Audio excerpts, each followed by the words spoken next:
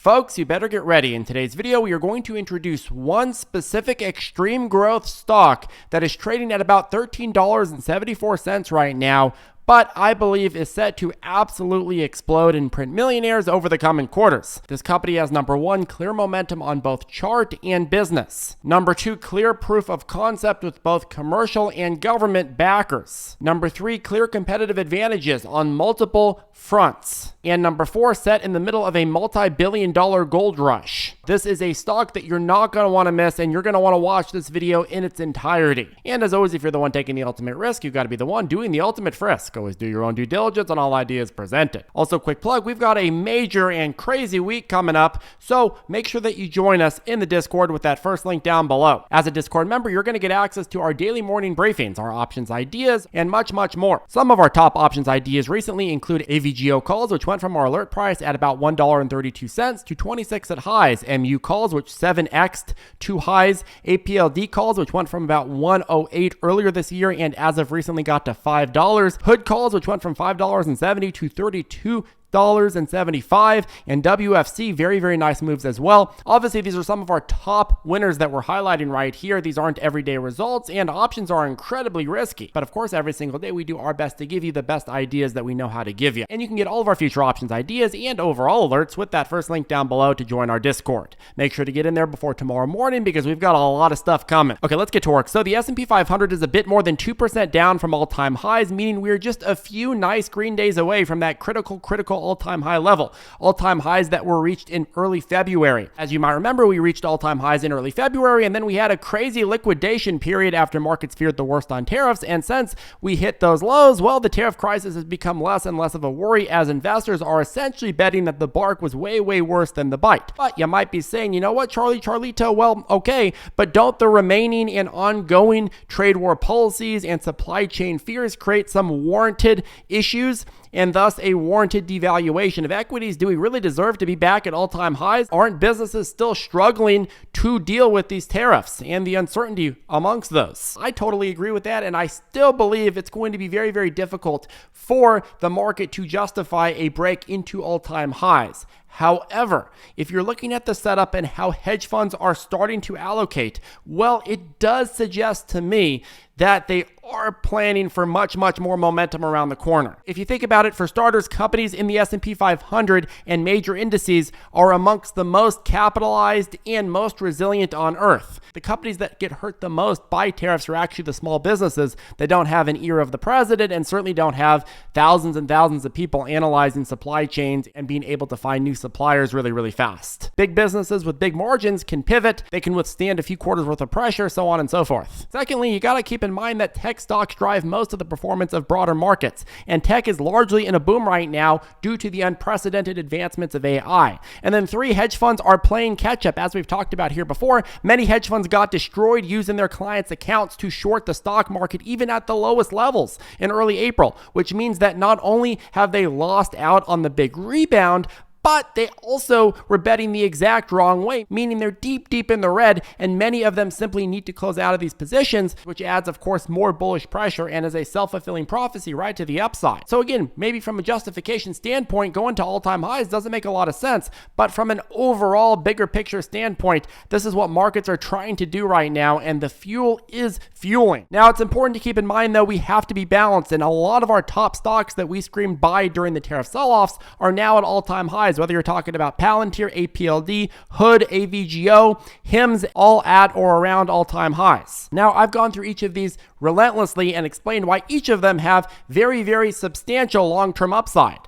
However, again, you got to be balanced. You got to keep in mind that markets do ebb and flow. It's important to keep in mind that, yes, these types of stocks, these stocks that we love, can still continue to run past their all-time highs, but pullbacks, once they happen, can and likely will be super sharp. So if you're trading momentum and you're not just simply holding for the long term, well, that means that stop losses 10-15%, very critical. If you're also dollar cost averaging, or if DCAing is your main strategy, well, then that's a whole different thing. thing. Obviously, in that situation, you're simply trying to buy over time and spreading yourself across many different price points. So again, with that, it's less important the timing of your buys. But when it comes to momentum trading, yes, play the momentum, but also keep in mind the stop loss is paramount. Okay, but let's get into the latest on plays. So we'll start with Hood, the lovely Hoodie McHoodie. So we alerted Hood calls at about $5.70 early this year, and as of Friday, they topped out at $32.75. Excellent play, but now that Hood is at all-time highs, what's happening next? Well, you got to understand, folks, that this stock pumped on excitement about their underlying subscriber growth and, as of more recently on Friday, the rumored S&P 500 inclusion. Now, it looks like at this time, Robinhood isn't being added to the S&P 500, though it probably will in future quarters. In any case, I anticipate a nice pullback in the coming weeks on this stock. And this stock's combination of constant volatility and just beautiful overall explosive momentum is excellent for folks willing to trade the moves and also for folks keeping the long-term perspective in mind. But like I said earlier, again, every stock that runs huge is going to have a breathing cycle. If you want a stock that's going to go up forever, you need to go to fantasy land because that's just not a realistic thing. These types of stocks, while long-term they look great, well, in the short term, look, this thing needs to breathe. In my opinion, you're going to do much better if you buy when it's breathing. Okay, next, the holy APLD. So with APLD, we very accurately and very publicly nailed this one, and I believe it has substantially more upside long-term. But you need to know that these things come in waves. Just like with Robinhood, just like with broader markets, I believe you're going to simply need to see a pushback to solidify any new higher support and for the stock to bounce into the next higher high and next wave. It's pretty obvious to me that Applied Digital's data center business will grow exponentially as the AI market expands, and that's great. We did a pretty deep breakdown on this stock back on April 24th when it was trading at just about $4.53, and that video is still very, very relevant. I recommend you check it out. But look, folks, we've already gone up 3x from those prices. I know a lot of people don't buy until it's already up a 2x, and then when it goes back down 10-20%, they get very, very upset. But you got to keep in mind that when I'm talking about the stock and I'm breaking down what they can do, I'm not saying they're going straight up. I'm saying you could see the trend and you could see how that's going to motivate the overall upside for the stock. So again, this is yet another one. Expect some breathing. Don't be scared of breathing. Breathing is a great opportunity. In fact, just think about your day-to-day life. How quickly would things get bad if you stopped breathing, right? But we don't think about that when it comes to the stock market. It's quite frankly very, very selfish. Okay, next we got to talk about Tesla. So Tesla is in a dip-dipperoo right now, which is good because it's back to solid pricing to snap up for a long-term substantial upside. What's going on with the Tesla stock though? Well, Trump and Musk drama, kindergarten-style drama. You already know what happened. You've heard the story before, but essentially Musk gave up months of his life to help clear what amounted to be a tiny portion of the government deficit, and then Trump and the Republicans came out with the so-called big beautiful bill that Musk says will increase the deficit substantially, and it accordingly pissed Musk off. Now the Muskmeister not so happy about this bill, and so there's this big back and forth between him and Trump, and some of it got outright nasty, and this tearing of the powerful relationship between Tesla's CEO and the president of the US, well, that didn't bode well for Tesla shareholders and the stock plummeted. However, you gotta understand this is who Elon Musk is. Obviously, he's going to fight for what he believes in, and he's gonna get pissed and go into erratic war mode if someone gets in the way of what he wants. The way that I see this is that people love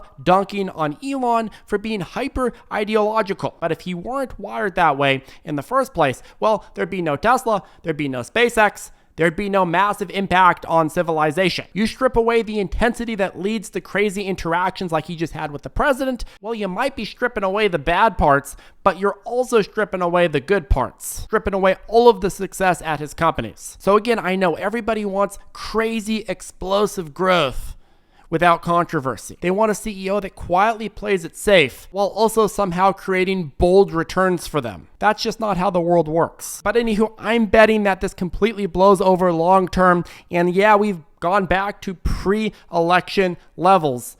But I think, hey, you know what? This is going to be a huge couple of months for Tesla, and all of that is going to start this week. Tesla is expected to start its invite-only robo-taxi service this week, officially kicking off a pilot program with around 10 autonomous Model Y vehicles. But Tesla has plans to scale this to 1,000 vehicles in a few months, and analysts like Wedbush see this as a game-changing event that could justify boosting price targets up to $500. I think this is a great opportunity for Musk to double down on his companies and really show the world what he's capable of in the private sector. I posted my new price target for Tesla in the Discord earlier today, and essentially my personal bull case projection is that we see this stock at over $1,200 a share by 2030. And we've been covering Tesla publicly here on the channel since 2018, and every time Elon has had some sort of big controversy, we say the same thing. Long term, it'll steady out, and this will be just a little bit of a cough and a hiccup. Okay, now it's time for the main entree. One specific stock trading at just over $13.70 that I believe is set to print millionaires, and that stock is QUBT. Now, full context here. You see, the quantum wave is heating up in a huge way. There's an arms race to develop this quantum technology, and that's not going to stop anytime soon. From both a defense standpoint and commercial investment standpoint,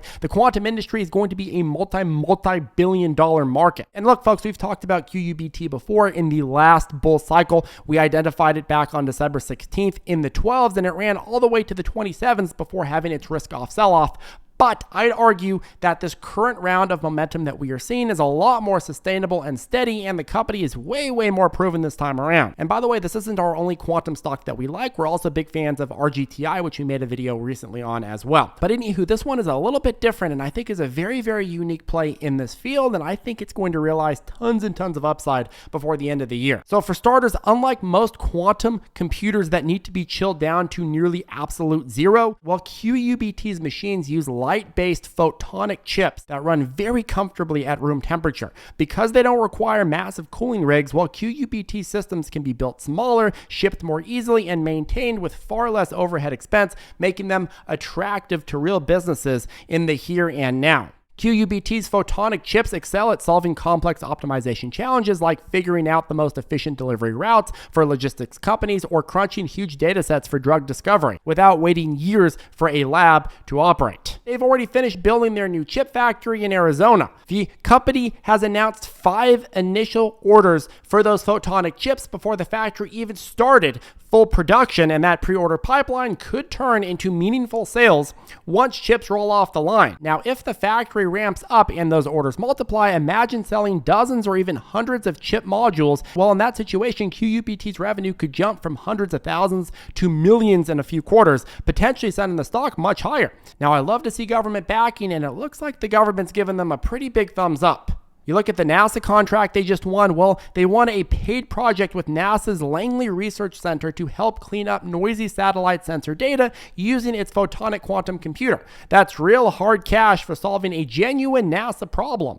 And they're building some reputation for themselves. There's also special ops partnerships through its defense-focused subsidiary Key Solutions, while QUBT is co-developing quantum sensing and computing tools with the U.S. Special Operations Command. This is more than buzz. It's the U.S. military testing their tech. Now, whenever NASA or the Pentagon pays you to pilot your technology, I'd say it's a huge vote of confidence. It also opens doors to larger follow-on contracts that can be worth tens of millions or hundreds of millions down the line.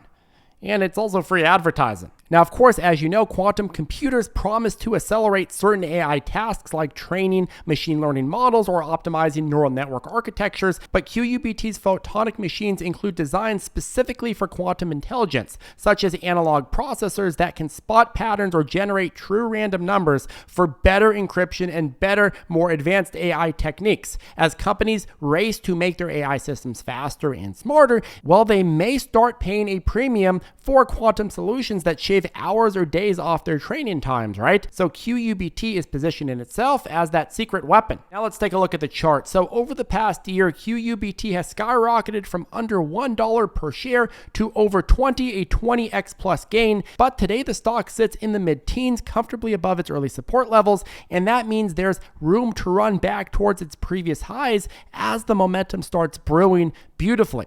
We love rallitos here at ZipTrader, and that's what looks to be brewing pretty nicely. Now, the company also has a packed war chest. QUBT raised over $100 million in recent offerings, which usually is bad unless the company is really using that capital to grow itself. And in this case, it looks like there's lots of evidence for that being the case. And that cash lets them fund R&D, staff up, and crank out chips without immediately worrying about running out of money. Because they raised so much while the stock was hot, QUBT isn't desperately seeking more capital right away. So I don't think you're going to see constant share count dilution for at least the next year or two.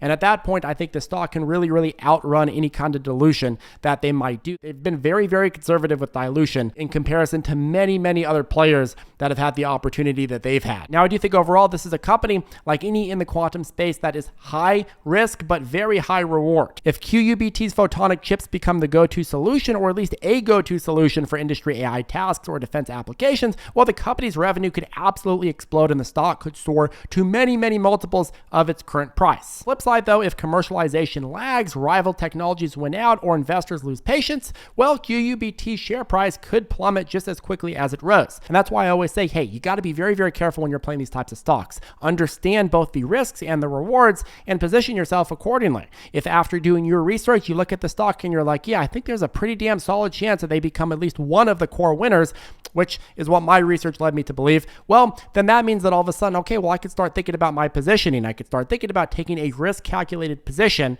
with maybe a stop loss point. If it's a long-term position, a stop loss could be a higher percentage down, or so on and so forth. If it's a momentum position, obviously you don't care as much about the underlying company. You just want it to run. But bigger picture, you have to think about the strategy that you're going to deploy with this if this is a setup that you want to exploit. I believe at the end of the day, QUBT is a tiny company building room temperature quantum computers with photonic chips that have real potential. I mean, they've got real projects with NASA and the military, and AI-focused product design, and a strong cash reserve. If they turn early orders into long-term meaningful sales, well, I think that this stock has a lot farther to go up. Commercial and government clients, also very big plus for the stock. Anyways, that caps off today's video. Let us know what your favorite plays are down below. Let us know what you think about QUBT, and make sure to join us in the Discord before tomorrow. Lots of information coming out over the next week, and we want to make sure that you're prepared. And if you appreciate all the work that goes into making a video like this, the only thing I ask in return is that you hit that like button, and also don't forget to subscribe. Because when you do those things, it tells YouTube to push this video out to more folks. And it helps us out tremendously. Have a good one. We'll see you in the next video.